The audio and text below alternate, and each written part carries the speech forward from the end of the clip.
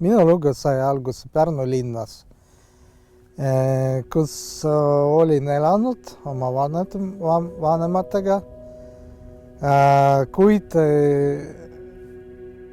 kui kõik mind ei rahuldanud meie kooselus ja olin leidnud endale sõpru, kes olid mittekorralikud ja siis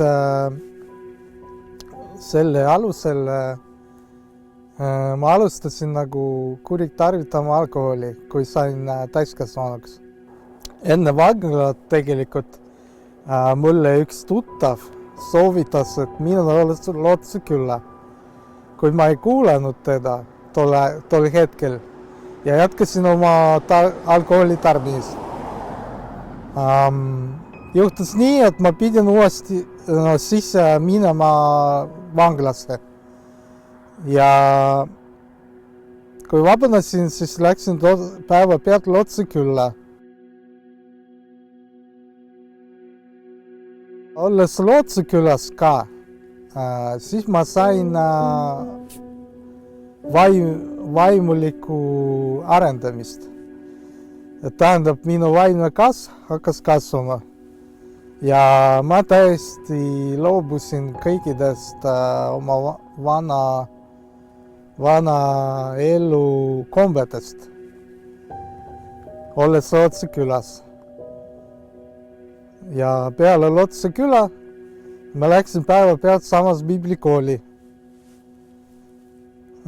kus ma arenesin juba vaimulikult piibli alusel. See aitas mulle edasi rohkem pühenduda Jumalale ja jätkata Jumalaga suhet. Peale piiblikooli ma läksin juba iseseisva ellu, kus ma jätkasin juba iseseisvalt elama ja leidsin tööd ja elasin. Siis on siiamaani, mulle jääb nii, et ma aitan inimesi, kui see vajab situatsioon või olukord ja samas nagu mulle meeldib teenida kirikus oma koguduses.